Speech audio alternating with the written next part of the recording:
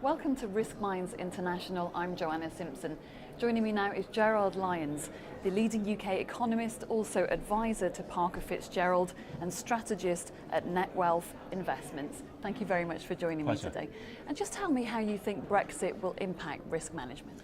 Well, Brexit obviously is the hot topic. I think it will impact risk management in a number of ways. I think we need to look globally, regionally, and also firm specific. Globally, there are many factors that are driving risk that will not change because of Brexit. But at the same time, the global impact of Brexit cannot be overlooked. It will be a near-term dislocation, maybe in economic terms more so than financial terms. But despite that, I think Brexit will be positive, both for the UK economy, particularly if the right policies are chosen, and also for the City of London and the financial sector. And that leads on to the regional issue. Obviously, it's how we position our future relationship, not just with the EU, but also how London positions itself, not just as a place to do business in, but to do business from, particularly for the rest of the world. There are some big new growth markets out there.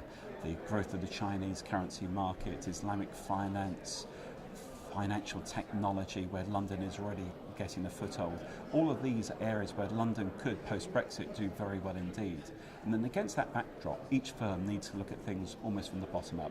Some firms have their business models predicated on the UK being in the single market. For them, the challenge will be greater, particularly because of the passporting issue. But for many other firms, it's about the whole infrastructure that's in place in London will still be very supportive post-Brexit.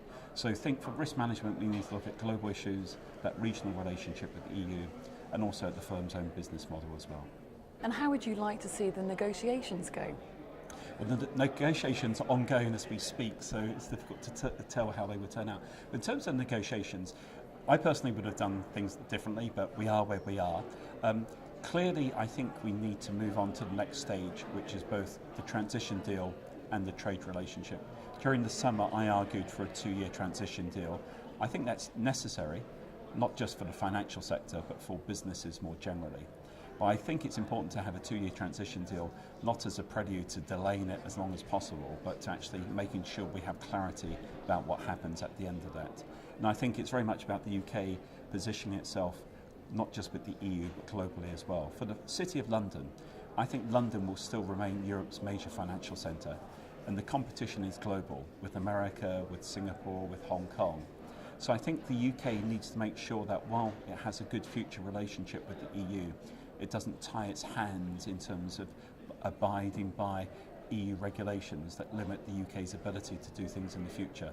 Clearly, we don't want to race to the bottom. We want sensible, pragmatic regulations. But I think the UK needs to gain and have regulatory control in the future. And in terms of CROs, what would be your advice to them? Well, there's many different issues. One that immediately comes to the mind is the need to avoid groupthink and the status quo bias, because what we've seen since the referendum has already been very different to what many people expected within the financial community. Clearly there are near-term challenges, but the CROs not only need to look at those, but they need to take on board the longer-term opportunities as well.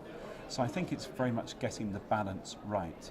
How London positions itself, I think, is a key opportunity.